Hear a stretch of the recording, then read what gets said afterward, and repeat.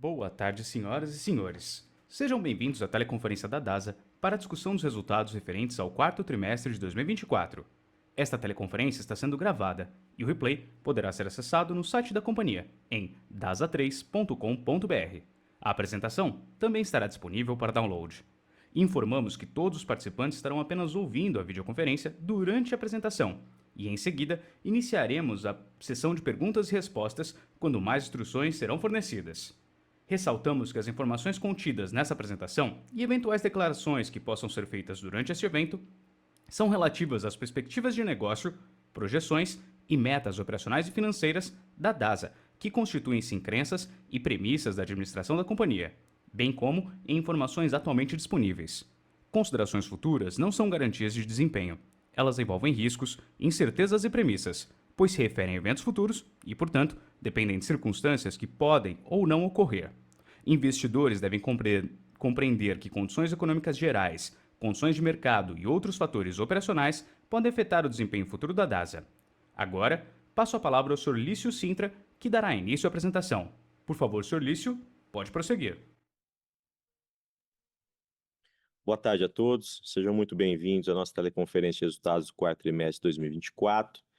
Eu estou aqui reunido com a nossa diretoria executiva, mas antes de falar da nossa visão sobre o ano de 2024, eu gostaria de agradecer nossos quase 50 mil colaboradores que ao longo do ano se dedicaram, possibilitando a gente entregar aqui alguns passos importantes na estratégia de transformação da DASA em uma companhia mais sólida e rentável. Queria começar relembrando nossos compromissos assumidos no final do ano de 2023. E eles eram basicamente focar no core. Para aqueles que acompanham desde essa época sabem que a gente tinha aqui outras empresas que acabavam tomando o tempo da diretoria executiva e servindo em parte como distração para a gestão do dia a dia dos dois principais negócios. Estabelecer um plano de excelência operacional. Esse foi um tema que a gente vem falando bastante, mas a gente, olhando os nossos processos, automações, ficava bastante claro a oportunidade de padronização desse processo e, portanto, ganho de produtividade, tentando deixar a empresa mais leve, mais ágil. Um terceiro ponto que era a preservação de caixa e, por último, um reposicionamento da estratégia dos dois principais negócios. Indo do primeiro para o último, quanto ao core, eu acho que fica evidente a mudança de posicionamento nosso. A gente, desde o último trimestre de 2023, a gente encerrou a operação que a gente tinha no Uruguai, diagnóstico, a gente priorizou as operações de atendimento domiciliar e coordenação de cuidado, não tendo mais isso como produto. A gente separou a unidade de medicina ocupacional para que não demande tempo da diretoria executiva. E agora, em dezembro, a gente anunciou a venda das empresas por R$ 255 milhões, sendo 195 milhões no fechamento, 10 milhões com pagamento em 12 meses, suscetível a ajuste de capital de giro, e 50 milhões sob forma de earn-out ao longo dos próximos 5 anos. Quanto ao plano de excelência operacional, aí, como eu vinha falando com vocês, são algumas dezenas de pequenas ações e que a gente vem empilhando essas ações todas, buscando ter uma empresa com uma produtividade melhor, e isso tudo vem desde redução drástica das áreas ocupadas pelo administrativo, esse número a gente já deu aqui no passado, reorganização da estrutura de pessoal e adequação das políticas ao padrão de mercado. A gente vem fazendo isso ao longo do tempo e agora, nesse exato momento, estamos fazendo uma nova rodada de um planejamento iniciado ano passado. Fechamento de unidades não rentáveis, diagnóstico e a consolidação dos núcleos técnicos. Esse também é um tema que a gente explorou aqui e a gente demonstrou que a gente aumenta a nossa capacidade de produção, mesmo com um número menor de NTOs. Renegociação de contratos em geral, a gente vem tentando nesse processo também de automação e de processos mais padronizados, ter negociações melhores utilizando-se da escala, padronização de materiais e medicamentos, fortalecimento de processos e controles em geral, dentre outros. Ou seja, são um conjunto de ações aqui dentro desse pilar que a gente tomou ao longo do ano implementamos ao longo do ano de 2024 e faz parte daquele projeto descrito inicialmente, que é um projeto, na nossa visão, de 3 anos olhando para dentro. Portanto, a gente encerra o primeiro ciclo aí com entrega de 1/3 do tempo do projeto. Isso tudo contribuiu para que a gente conseguisse registrar em bases iguais de comparação, excluindo eventos não recorrentes, a gente tem um crescimento do EBITDA de 2024 de 23% em relação ao nosso EBITDA 2023, entregando um EBITDA na casa de 2,5 bilhões de reais.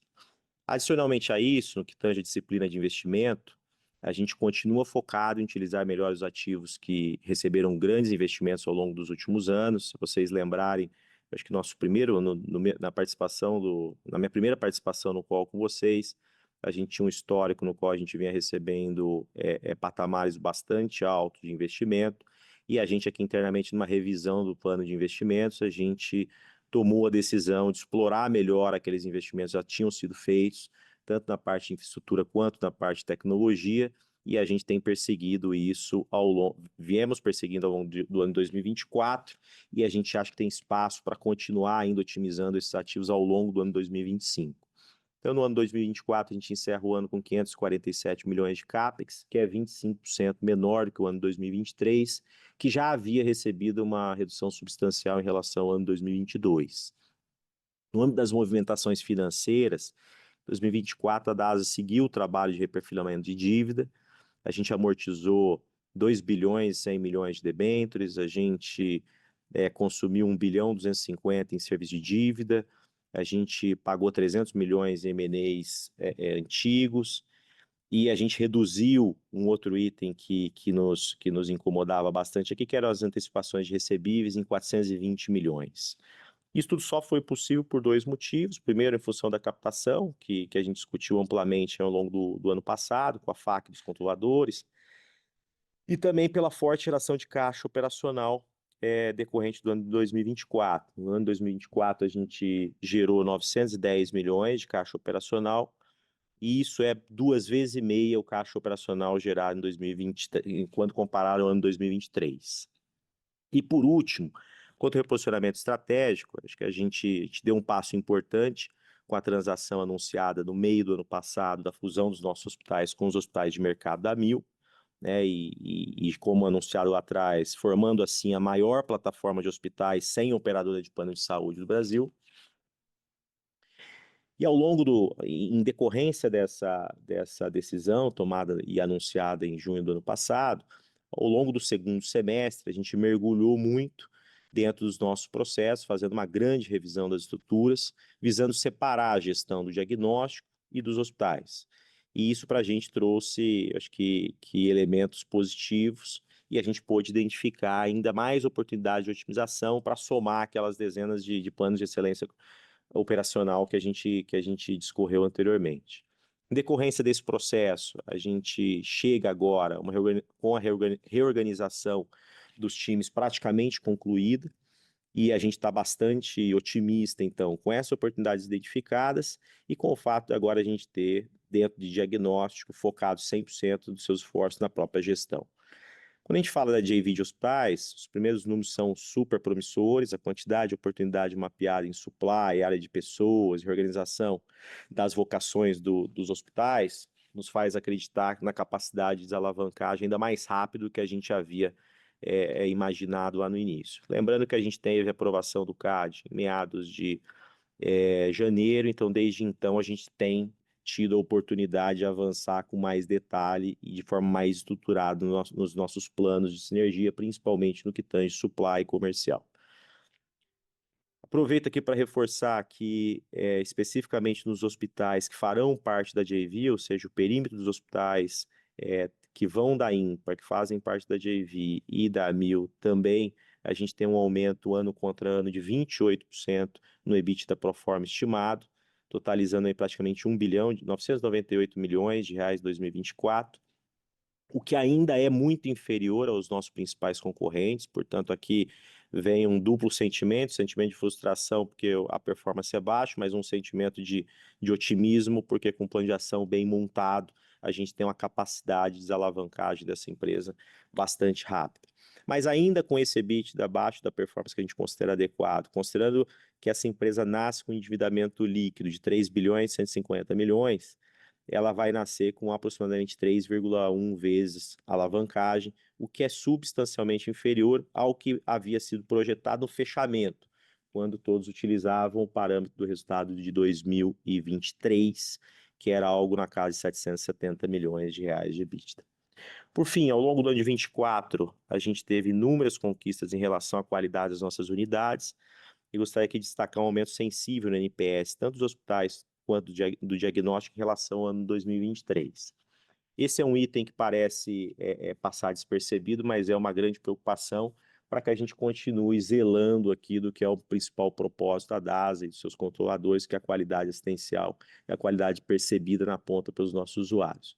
Acho que não preciso falar aqui para vocês, é bastante fácil gerar resultado, diminuir DNA, prejudicando e piorando a percepção de qualidade na ponta, e, portanto, a gente tem, com bastante disciplina, feito esse equilíbrio.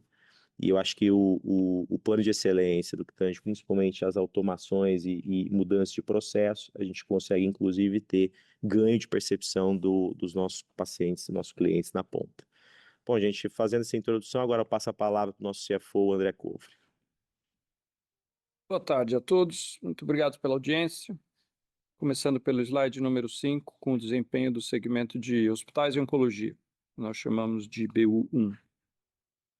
A receita bruta de hospitais e oncologia atingiu crescimento de 1% no quarto trimestre de 24. Esse crescimento foi atenuado por benefício pontual de R$ 25 milhões no quarto trimestre de 23, conforme publicado à época, e pela baixa de serviços a faturar de R$ 20 milhões em oncologia nesse quarto trimestre de 24. Excluindo esses efeitos, a receita bruta da BU1 apresentou crescimento de 3% em decorrência do ticket médio maior por conta de um melhor mix de procedimentos. O volume de pacientes dia no quarto trimestre de 24 apresentou queda de 4% em relação ao quarto trimestre de 23, principalmente em decorrência da interrupção de certas operações menos rentáveis, que inicialmente reduzem o crescimento da receita em aproximadamente R$ 80 milhões, mas permitem melhores resultados ao longo do tempo. Em 2024, a receita bruta e a receita líquida da BU1 apresentaram crescimento de 7% na comparação com 2023. Aqui também, em decorrência da expansão de 2% no número de pacientes dia e do ticket médio 5% maior, ambos influenciados pela interrupção de certas operações menos rentáveis e pelo melhor mix de procedimentos. Os custos operacionais ajustados da divisão de hospitais e oncologia totalizaram R$ 1,5 bilhão no quarto trimestre de 24, 53 milhões menores que no quarto trimestre de 23, levando a um crescimento de 46% no lucro bruto ajustado que reportamos. Excluindo os itens pontuais que oneraram os custos em 56 milhões no quarto trimestre do ano passado, os custos operacionais ajustados de hospitais e oncologia ficaram estáveis, com os benefícios do Programa de Excelência Operacional em andamento, compensando os maiores custos oriundos da nova legislação referente à enfermagem e inflação dos últimos 12 meses. Com isso, o lucro bruto ajustado da BU1, excluindo os itens pontuais em ambos os trimestres, nos quais o maior impacto foi no quarto trimestre de 23, resultou em 4% maior este trimestre que o mesmo trimestre do ano passado. Isso permitiu uma expansão de 0,6 ponto percentual na margem bruta, principalmente pelos ganhos iniciais da redução de operações menos rentáveis e crescimento de 2 pontos percentuais na ocupação. Se normalizarmos também o patamar de glosas para o modelo estatístico de provisionamento revisado no quarto trimestre de 23, estimado em R$ 35 milhões por trimestre, como temos feito ao longo desse ano para manter a base de comparação, o lucro bruto ajustado teria apresentado um crescimento de 13% e ganho de 2,5 ponto percentual na margem bruta. Em relação a 2024, os custos operacionais ajustados de hospitais e oncologia foram de 5,9 bilhões, 6% maiores que no ano passado, levando a uma evolução de 10% no lucro bruto ajustado, o que permitiu um aumento de 0,8 ponto percentual na margem bruta ajustada do ano.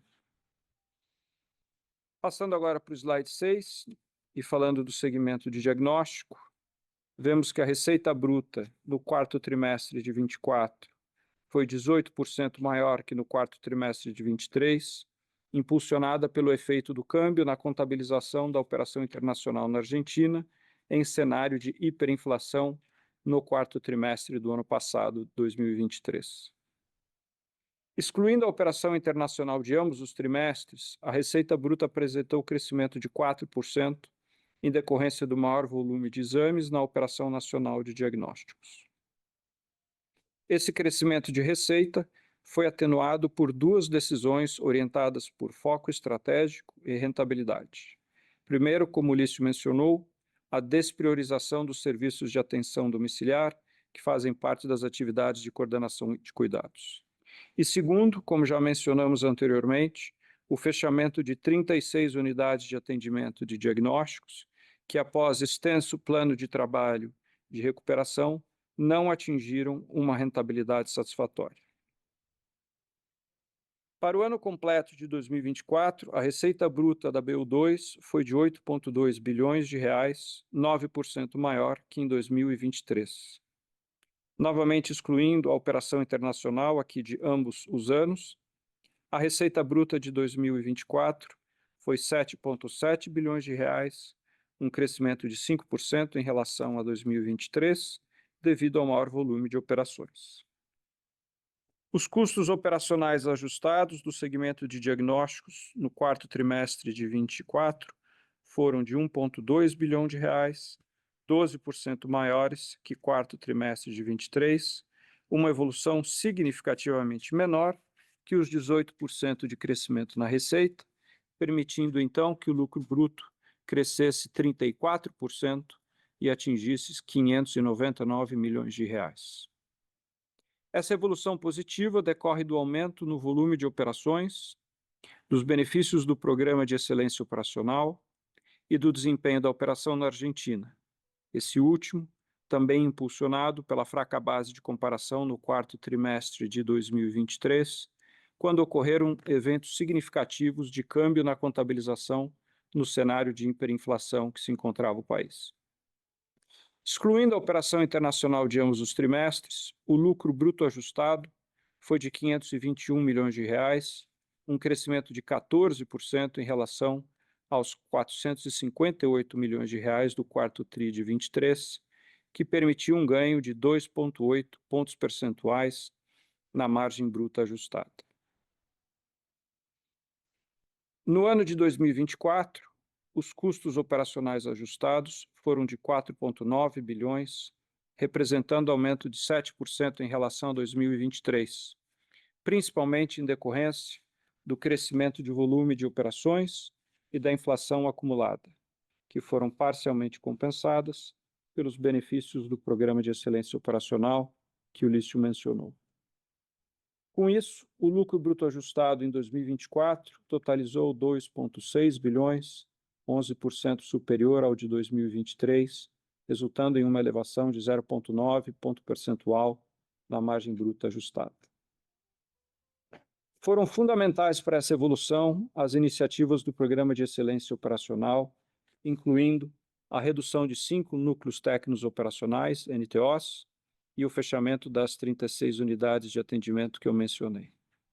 Conforme mencionamos anteriormente, a redução dos NTOs é parte do nosso plano diretor de operações, que busca reduções de custo sem reduzir a capacidade de processamento de exames através de realocações e consolidações. E as unidades fechadas resultam de um trabalho minucioso de análise de rentabilidade, tinham contribuição pequena à receita e eram deficitárias do ponto de vista de contribuição ao lucro econômico. Além disso, quase todas eram localizadas fora das áreas prioritárias de atuação do nosso segmento privado. Passando para o slide 7, onde temos a evolução das nossas despesas ajustadas e do EBITDA. No primeiro bloco, na parte superior do slide, apresentamos as despesas ajustadas, que totalizaram 565 milhões de reais no quarto trimestre de 24 e 2 bilhões no ano de 24. Ambos casos maiores que os respectivos períodos anteriores, por conta de dois aspectos, principalmente relativos à base de comparação. No quarto trimestre de 23, tivemos eventos que reduziram pontualmente as despesas, conforme publicados à época, assim como o efeito do câmbio na contabilização da operação internacional da Argentina em cenário de hiperinflação.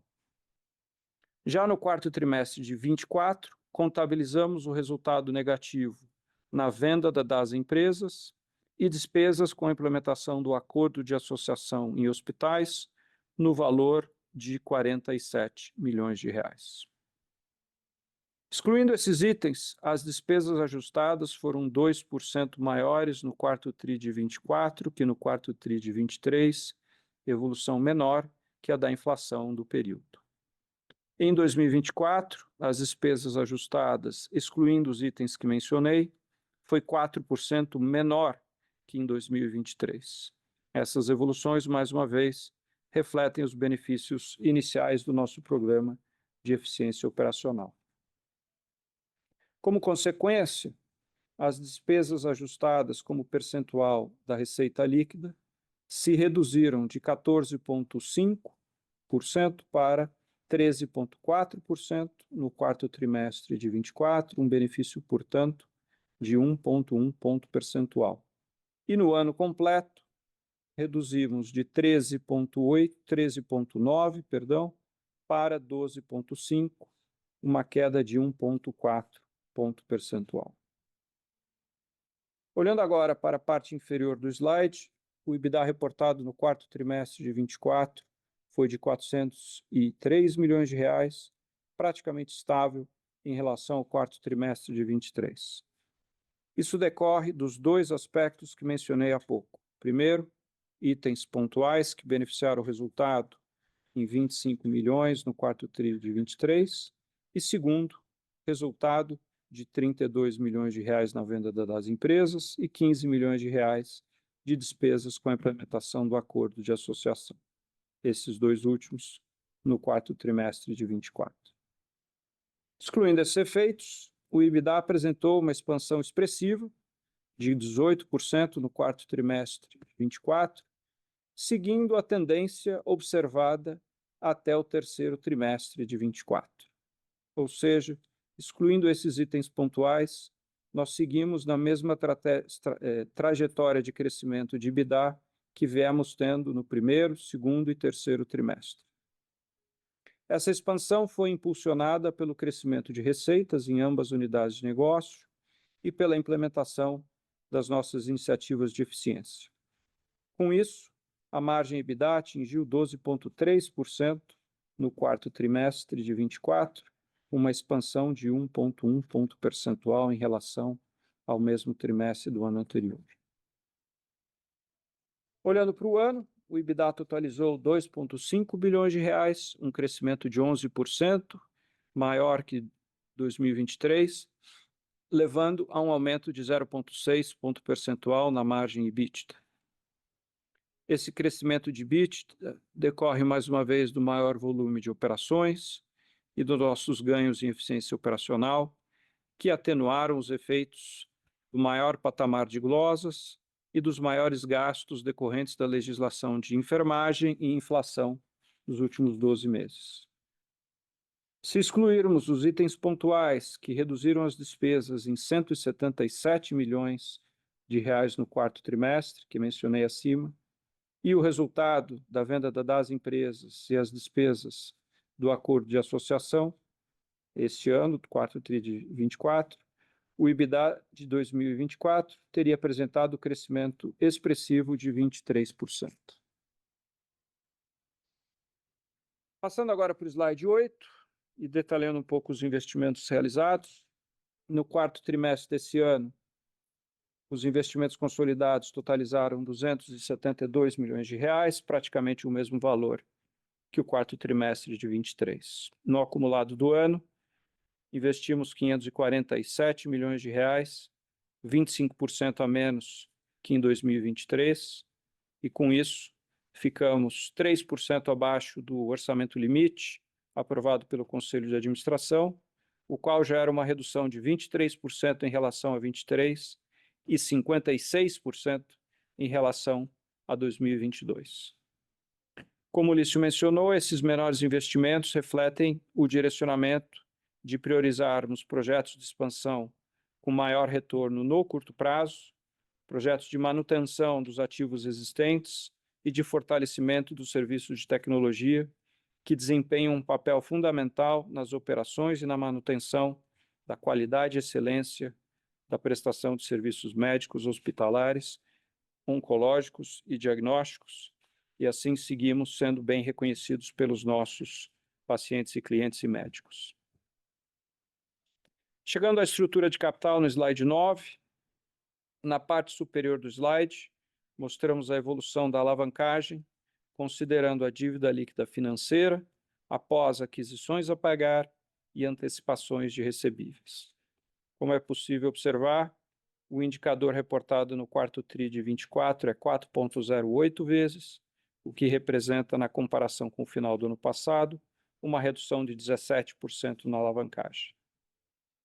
Ao final de dezembro, a posição de caixa, equivalentes de caixa, títulos e valores imobiliários era de quase 2 bilhões de reais, representando 2 vezes o valor das dívidas que vencem até o final de 2025. O índice de alavancagem para efeito de covenants encerrou o quarto trimestre de 24 em 3,55, estável em relação ao terceiro trimestre de 24. Prazo médio de recebimento se manteve estável em relação ao terceiro TRI de 24, em 112 dias. A estabilização do prazo médio de recebimento nós consideramos uma grande realização com impacto relevante no fluxo de caixa da companhia.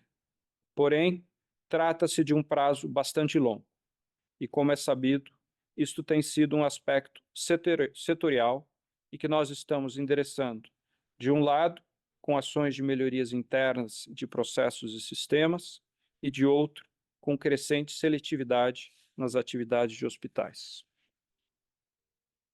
Com isso, concluo a análise de resultados e passo de volta para o Lício.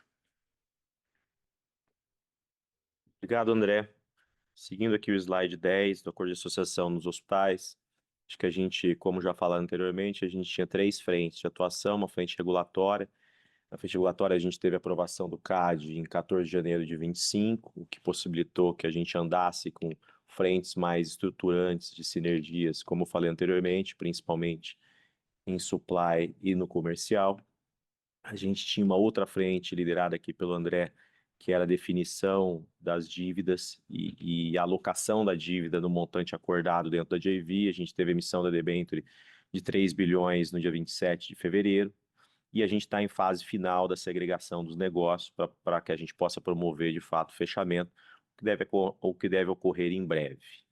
Acho que a parte interessante desse slide é o demonstrativo do avanço da melhora de performance ano contra ano. A gente considerava em 2023 uma receita de um pouco abaixo de 10 bilhões de reais no perímetro da transação, incluindo os hospitais do lado da INPA e do lado da Mil, com resultado de 777 milhões, e o ano de 2024, a entrega é de 10 bilhões e 600 de receita, ou seja, aqui ainda sem explorar novos volumes, crescendo em média com o que o mercado está crescendo. Identificamos ter uma oportunidade grande aqui de aumento de ocupação pós-fechamento, e ainda assim com uma melhora substancial no EBITDA de 28%, conforme falado anteriormente, entregando um EBITDA de margem percentual de 9,4%, ainda muito aquém dos nossos pares da média do setor. Aqui eu quero reforçar o agradecimento aos colaboradores, não só da INPA envolvidos no processo, mas os colaboradores do Américas, da Mil e da DASA como um todo, que nesses últimos 6 meses têm se dedicado para que as segregações e as condições todas precedentes sejam efetivadas para que culmine no fechamento.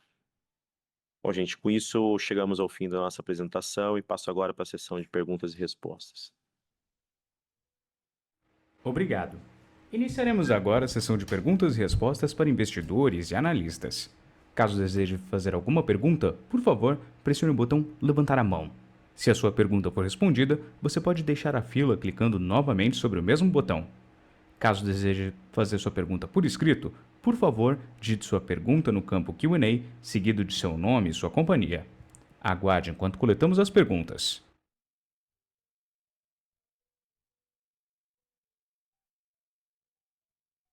Nossa primeira pergunta vem de Gustavo Tizeu, do Bank of America. Por favor, senhor Tizeu, seu microfone já está liberado. Perfeito. Obrigado, Lício, Covery. São duas aqui do nosso lado. A primeira eu queria explorar um pouquinho da JV. Vocês já deram uma visão de EBITDA, um pouquinho de covenants para a gente, acho que já vem melhorando. Mas a gente queria entender um pouquinho como que vai fazer a divisão da DASA com a JV, principalmente na parte do SG&A, se vai ser proporcional à receita, se vai ter algum guidance, alguma coisa específica que a gente comece a fazer algum tipo de conta, se vai ser desproporcional, existe algum peso maior de SG&A para a DASA ou para a própria ímpar. E o segundo ponto que a gente queria explorar o caixa vinha melhorando, né? A geração de caixa terceiro Q veio flat. O quarto Q, se tirar o das empresas, ele teve alguma certa queima de caixa, pelo menos a nossa análise de variação de net debt. A gente queria entender quais são as alavancas daqui para frente, para a gente entender da onde que vem a melhora. Vai vir dos recebíveis, vai vindo a pagar, tentar entender um pouco da dinâmica, como está a cabeça para ter essa melhora, ou do próprio operacional, né? Acho que são essas duas questões. Obrigado pela oportunidade. Boa tarde, Zé. Obrigado pela pergunta. Eu vou tentar responder aqui a primeira e a segunda eu passo para o Covery. Conforme a gente tinha falado lá atrás, a gente, em função dessa decisão da formação da JV em junho do ano passado, a gente vem promovendo dentro da estrutura da DASA, literalmente, uma separação dos negócios quanto à gestão. Então, isso vai desde do primeiro nível até os níveis mais operacionais. A gente vem fazendo esse trabalho, no final das contas, o resultado dele é um pouco contraintuitivo, né?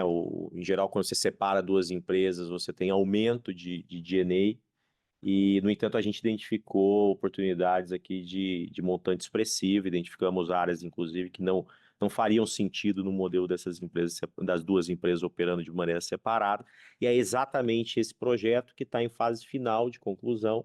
O que a gente imagina é a formação da JV ainda tendo algum tipo de serviço prestado pela DASA, mas de um montante bastante baixo comparado ao todo e com data para finalização.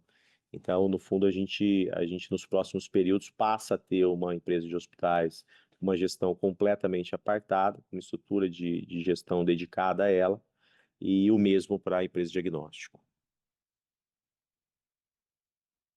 Com relação ao fluxo de caixa e à dívida, Tizeu, de fato, nós tivemos, com a venda das empresas, a entrada de 195 milhões de reais. Porém, esse fator ele é basicamente da mesma dimensão da marcação a mercado do hedge que a gente mencionou. E se nós tivéssemos feito a designação para hedge accounting do endividamento, este valor não teria ocorrido na contabilidade, portanto, a dívida também seria menor. Então, uma coisa pela outra, eu acho que dá no mesmo, o que significa que a dívida líquida ela era 10 bilhões de reais no quarto trimestre e ela era 10 bilhões de reais no terceiro trimestre. Portanto, foi mais um trimestre onde, tudo considerado, a gente não consumiu caixa, não deixou a dívida aumentar, mesmo tendo uma despesa de juros, um desembolso de juros bastante grande. Então, isso ele vai, né, sendo esse o terceiro trimestre que isso ocorre, ele demonstra que nós entramos num ritmo onde, entre EBITDA, capital de giro e CAPEX, nós estamos tendo recursos suficientes para pagar os juros da dívida. O próximo passo, que é onde estamos trabalhando, é que a gente gere mais do que os juros da dívida e, portanto, comece a reduzir o valor do principal também. Como é que isso vai ocorrer? Nós temos os planos operacionais de melhoria de resultado. O Lício aludiu, né, várias vezes, eu também, ao Programa de Excelência Operacional, mas adiciona-se a ele a oportunidade criada pela separação das empresas, na qual nos colocou na posição de olhar em detalhe como é que deveria ser a estrutura de gestão de diagnósticos como uma empresa separada e de hospitais como uma empresa separada. Por fim, na parte de capital de giro, nós vamos continuar atacando as várias linhas do balanço, que geralmente estão fora do foco operacional, que é o contas a receber, o estoques, fornecedores. Nós tivemos uma evolução muito importante no ano passado na nossa habilidade de tomar créditos de impostos que a empresa tinha o direito, mas, pela falta de organização e processo, não o fazia. Isso é uma atividade que exemplifica a melhoria de controles internos e que permite uma melhoria de fluxo de caixa. Por fim, nós temos planos de continuar melhorando as contas de capital de giro operacional, em outras palavras, o conta a receber, estoques e o contas a pagar, e, em particular, no contas a receber, vai ser um ano de redobrado foco, tanto em diagnósticos quanto hospitais, tendo como pano de fundo uma situação setorial que, em algum momento, vai ter que se encaminhar para uma resolução. Ótimo, pessoal. Ficou claro. Obrigado pelas respostas. Nossa próxima pergunta vem de Arthur Alves, do Morgan Stanley. Por favor, Sr. Alves, seu microfone já está liberado.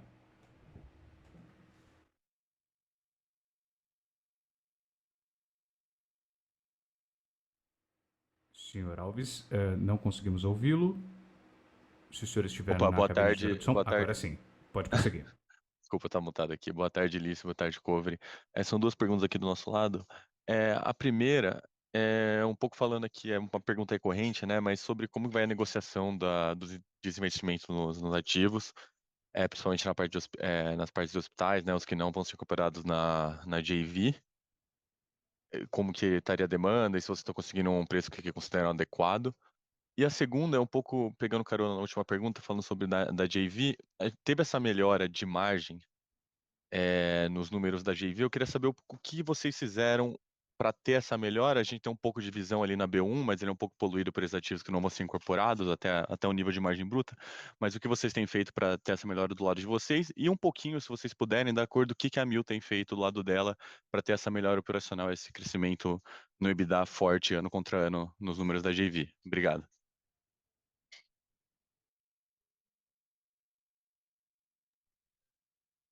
Obrigado, Arthur, pela pergunta.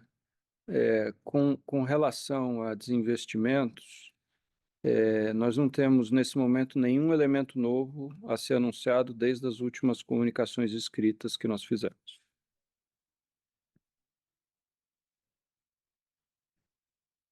Obrigado, Arthur, pela pergunta. Eu vou aqui na segunda. Acho que a gente, no final das contas, a entrega da melhora de EBITDA ao longo desse ano, né, ele compõe o que a gente anunciou lá no início de 24, final de 23. É um conjunto de ações estruturantes. A gente não tem aqui nenhuma grande virada. Olha, tivemos aqui um grande reajuste numa fonte pagadora relevante, ou tivemos um fechamento de uma unidade ultra deficitária, mas é um conjunto de ações de padronização, e conforme também já falado lá atrás, a gente vinha com baixo nível de integração entre as unidades hospitalares, no que tange padronização, metas, indicadores, práticas, e a gente veio ao longo do ano caminhando nisso. Então, acho que é um começo da melhora, segue o que tem sido feito na DASA como um todo, e mostra aí o tamanho do potencial para os próximos períodos. No que tange ao perímetro da Amil, infelizmente aqui eu não consigo quantificar para vocês as ações que foram feitas lá dentro, mas vejo neles o mesmo espírito feito aqui. São muitas ações correndo em paralelo, de otimização, eliminação de desperdício, enfim. Então acho que a gente, no próximo período, a gente vai ter condições de dar isso com mais clareza e tentar fazer aqui uma junção das ações que vêm sendo tomadas por eles, das ações que nós temos tomado ao longo do último período, identificar qual que é a nossa curva de prioridade para esses hospitais que estão dentro do perímetro da JV. Super claro, pessoal. Obrigado. Opa. Eu ia aproveitar e responder uma pergunta que veio aqui por escrito do Nicolau, da JGP. Está perguntando para gente, pedindo para a gente comentar sobre a estratégia de liability management daqui para frente em relação à DAS. Então, eu vou dividir a resposta em duas partes, Nicolau. Primeiro, no momento da formação da nova empresa de hospitais, nós vamos ter a desconsolidação da operação da Ímpar e vamos ter a desconsolidação, portanto, do EBITDA, do resultado, em outras palavras, e da dívida. Então, neste momento, nós vamos ter uma redução do patamar de endividamento da DASA standalone. Dali para frente, nós temos um volume de vencimentos em 2025 para os quais nós temos o caixa suficiente e, portanto, nós estamos agora olhando para 2026 e 2027. Porém, sem pressa, porque as dívidas que nós temos são de preços bastante atraentes em relação aos atuais custos de mercado. A dívida média, o custo médio de dívida da DASA é CDI mais 1,8 e, portanto, qualquer movimento de antecipar de forma significativa essas dívidas para refinanciá-las antes gera um custo adicional.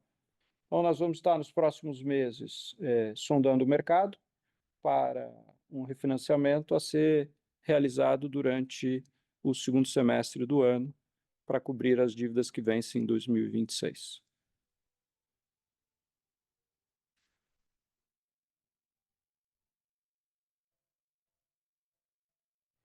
Nossa próxima pergunta vem de Ian Seskin, do BTG Pactual. Por favor, Sr. Seskin, seu microfone já está liberado. Boa tarde, Lício, Covre. São duas perguntas do nosso lado. A primeira é um follow-up sobre Ímpar.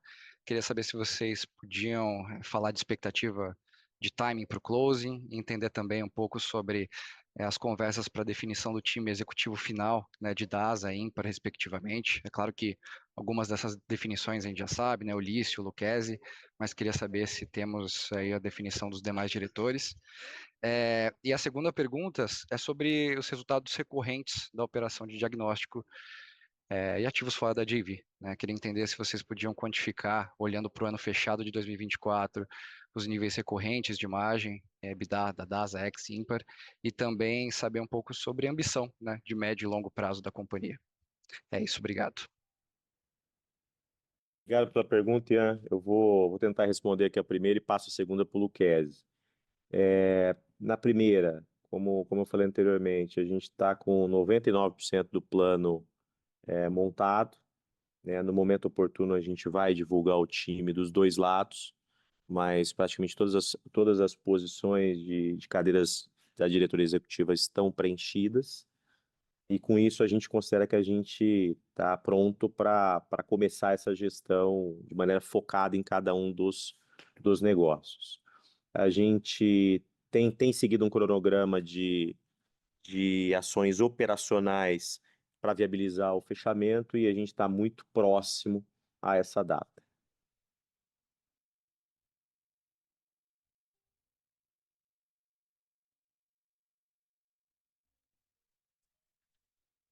Oi, Ian.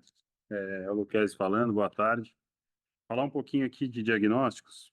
Você citou a margem, eu vou te trazer aqui algum detalhamento adicional. Como é que a gente vê a margem de diagnóstico? Você vê um incremento importante aqui em 2024, na margem bruta.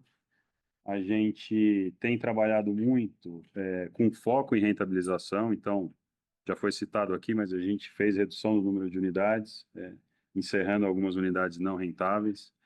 A gente diminuiu o nosso número de núcleos técnicos, de operações que tinham sido adquiridas, então, de acordo com o que a gente avança na integração de sistemas, a gente tem possibilidade de otimização dessa rede, mas a gente ainda vê muita oportunidade. Acho que as principais alavancas aqui, sem dúvida nenhuma, a digitalização dos processos de atendimento é uma baita de uma alavanca, tem trazido eficiência tanto em call center como em unidades, então os nossos tempos de atendimento têm caído ano após ano com a digitalização.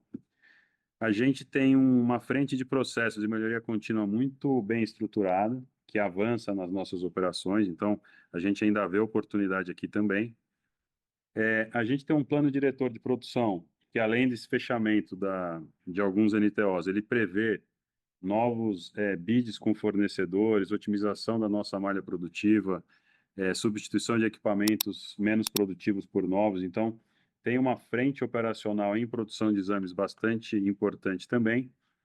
E tem um ganho de escala pelo aumento de volume que a gente tem conseguido trazer ano após ano, que a gente continua prevendo aqui para frente uma boa possibilidade de ganho de escala com o crescimento de volume nos próximos anos. Então, em margem bruta, a gente tem ainda boas possibilidades, a gente vai buscar sempre aprimorar e incrementar a margem. E com a separação aqui das estruturas, a gente vê também boas oportunidades em G&A.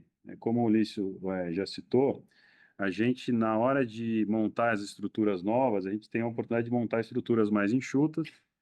A gente está buscando uma estrutura adequada para o tamanho da empresa e fazendo frentes de eficiência em G&A, que eu acho que é uma boa possibilidade aqui para os próximos trimestres da gente seguir aprimorando, melhorando a eficiência e buscando rentabilidade. Então, em resumo, temos boas frentes aqui, tanto na operação como na estrutura administrativa.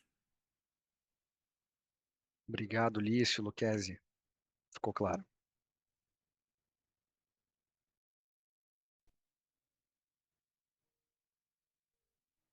Obrigado. A sessão de perguntas e respostas está encerrada. Gostaríamos de passar a palavra ao Sr. Lício para que faça as considerações finais da companhia. Por favor, Sr. Lício, pode prosseguir. Gente, obrigado a todos pela participação. Eu queria aqui novamente reforçar o compromisso da administração. É lógico que o desejo da administração é sempre aumentar a performance o mais rápido possível, pagar a dívida o mais rápido possível, desalavancar o mais rápido possível. Mas o que a gente tem feito aqui desde o último trimestre de 2023 é forjado um projeto de médio e longo prazo, onde a gente tem feito a implementação dessas medidas pensando sempre no impacto que ela gera no médio e longo prazo da organização como um todo. Um ano de 2024, um ano bastante desafiador, onde apesar dos nossos cortes, das reduções expressivas de G&A, a gente tem o aumento do custo da dívida e que faz, portanto, com que a dívida líquida total que poderia estar caindo somente se mantenha.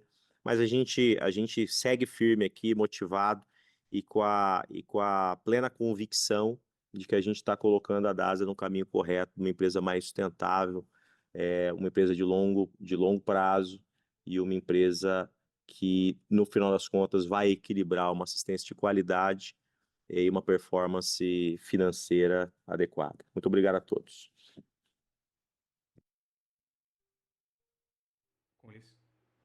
A videoconferência da DASA está encerrada. Agradecemos a participação de todos e tenham uma excelente tarde.